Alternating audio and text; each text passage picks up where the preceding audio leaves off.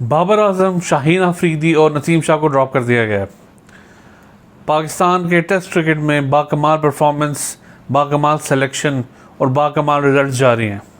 अस्सलाम वालेकुम नाज़रीन, मैं हूं अरमान ख्वाजा और आज बहुत अरसे बाद मैं आपके सामने हाजिर हो रहा हूं। कुछ अर्सा पहले मैंने ये इरादा किया था कि मैं अब इस चैनल को कंटिन्यू नहीं करूँगा, for the very simple reason कि जिस किस्म का कंटेंट इंटरनेट पर चल रहा है और पसंद किया जा रहा है, मैं उसे प्रोड्यूस नहीं कर सकता। मैं प्लेयर्स की बैक बाइटिंग नहीं कर सकता, मैं प्लेयर्स की धज्जियाँ नहीं उड़ा सकता और मैं अनफेयर क्रिटिसिज्म से बचता हूँ। शायद मुझसे भी पास में गलतियाँ हुई हों, लेकिन अब जो सूरत हाल है, मेरा ख्याल है अब ना बोलना कुछ प्लेयर्स के साथ, टीम के साथ, कुछ सिचुएशन के साथ ज़्यादती है।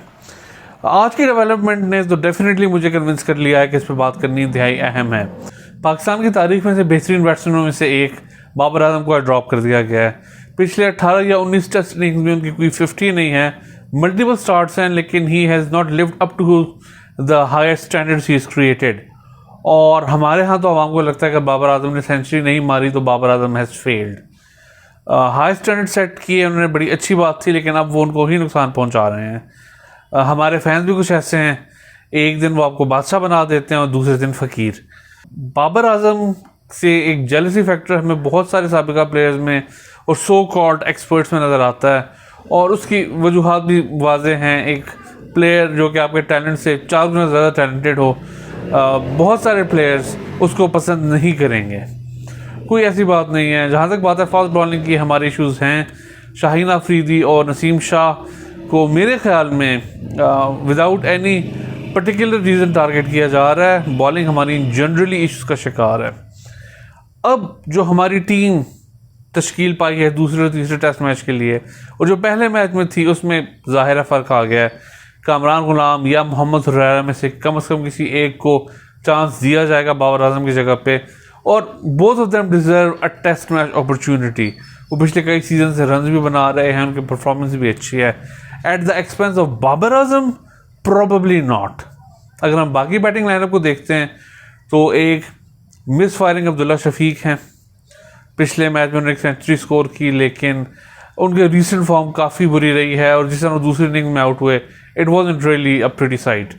अगर हम बात करें शान मसूद की, जो कि एक ओपनर है लेकिन नंबर 3 पे आ रहे हैं और टीम के कप्तान हैं, एक बैट्समैन जिसने पहली इनिंग्स में 150 रन इतना फ्लुएंटली बनाया हो, और दूसरी इनिंग्स में 2 कैच छूटने के बावजूद तीसरी बार वो कैच दे के 22 बॉलों में आउट हो जाए, there is a big question mark on him. और 150 रन के बाद 3 ducks Shan Masood on the same tour पहले भी कर चुके हैं, माइंड यू। फिर बारी आती है साइम अयूब की। साइम अयूब एक अच्छा प्रॉस्पेक्ट है, but he is more of a limited overs player. मुझे समझ नहीं आ रहा कि उन्हें क्यों पुश किया जा रहा है टेस्ट मैचेस में। Imamul Haq was doing reasonably well, उनको मेरे ख्याल में हमारे टीम में होना चाहिए, या एटलीस्ट सेटअप के अंदर होना चाहिए। Saim Ayub again it might be too early for him to be in the team. अगर हम बात करें मिडल ऑर्डर की, सऊद शकील एक बहुत सॉलिड बैट्समैन है, बहुत अच्छा खेल रहे हैं, he should continue there. Babar Azam out of form हैं। मैं नहीं समझता कि आप ऐसे बैट्समैन को, वो कितना ही आउट ऑफ फॉर्म हो, ड्रॉप करते हैं। अगर रेस्ट दिया जा रहा है तो फिर ये क्या है कि रेस्ट देना चाहिए, कि हम तो रेस्ट दे रहे हैं। अगर उन्होंने खुद रिक्वेस्ट की है तो एक अलग बात है। बहरहाल I am not satisfied with this being dropped. बाकी सलमान आगा हैं, मोहम्मद रिजवान हैं, और आई हैव डाउट्स कि हसीबुल्लाह को शायद खिला लिया जाए और मोहम्मद रिजवान को भी ड्रॉप कर दिया जाए, चूँकि हमारे यहाँ फैंस उमूमन रिजवान को इतना पसंद नहीं कर रहे। अब बाज़ लोग तो ये कह रहे हैं कि रिजवान की फॉर्म ही क्या है, he just moved into the top 10 in test matches batsmans list. Rizwan की फॉर्म ही क्या है, एक टेस्ट मैच में फेल हो गए हैं तो हमारी आवाम को पिछली तमाम फॉर्म भूल जाती है। जहाँ तक बॉलिंग की बात आ रही है, शाहीन अफरीदी और नसीम शाह ने कोई बहुत एक्स्ट्राऑर्डिनरी परफॉर्मेंस हाल ही में नहीं दी, लेकिन अगर आप मुल्तान टेस्ट मैच देखें तो I think they were decent enough. They were unlucky in terms of dropped catches, LBW that should have been given, और एक बॉल जो विकेट में जाके लगी और बेल नहीं गिरी। तो again it was a bit of inconsistent bowling coupled with some harsh luck. Dropping both of them together I think is absolutely ridiculous. बहरहाल नई सिलेक्शन कमेटी है, नई डिसीजंस हैं, और इन डिसीजंस को देख के लग रहा है कि ये सिलेक्शन कमेटी भी शायद बहुत अरसा नहीं चलेगी।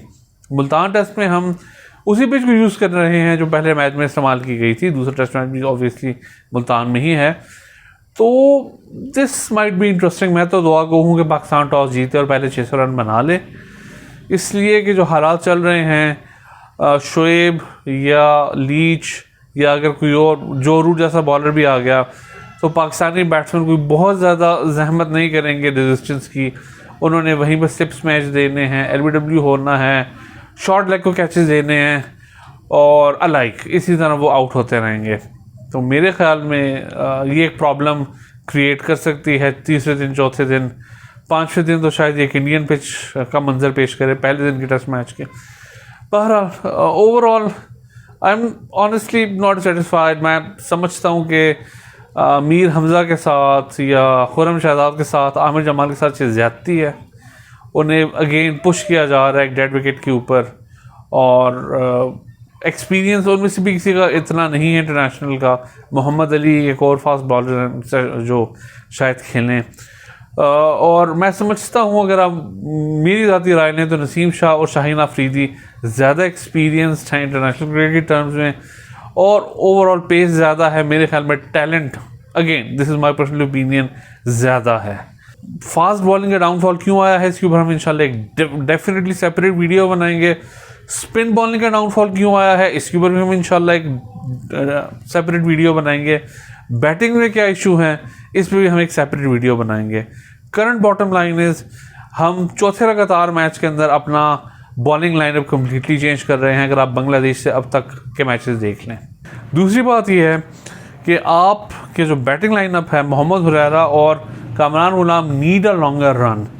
आप उन्हें इंग्लैंड के खिलाफ एक मुश्किल सिचुएशन में डाल रहे हैं। आई होप दे परफॉर्म, इसलिए कि उन्होंने परफॉर्म ना किया तो 2-3 मैचों के बाद हमारे वही लोग जो आज इनके लिए चैंटिंग कर रहे हैं कि इनको खिलाया जाए, वही ये टीवी पे कहते फिर रहे होंगे कि भाई इन्होंने तो कुछ परफॉर्म ही नहीं किया। ये हमारे आम फैंस की, एक्सपर्ट्स की, सबकी कॉमन आदत है। लिहाजा अगर रन देना है तो भाई एक्सटेंडेड रन दें, और अगेन रीविजिट द फैक्ट कि आपको साइम अयूब, अब्दुल्ला शफीक और शान मसूद को फ्यूचर में किस तरह ट्रीट करना है। मैं ज़ाती तौर पे समझता हूँ कि इनमें से 2 प्लेयर्स का फ्यूचर, टेस्ट फ्यूचर शायद इतना ताबनाक ना हो। Abdullah Shafique because of his extremely good technique and ability to score long runs might survive, but the rest of the situation isn't good. Bottom line of all this problem is हमें third innings में specially batting बेहतर करनी है, bowling में consistency लानी है, pitches थोड़ी ऐसी बनानी है जो डेड ट्रैक्स ना हो जिनका इंडियन मजाक उड़ा रहे हैं, और थोड़ा सा माइंडसेट चेंज करने की ज़रूरत है।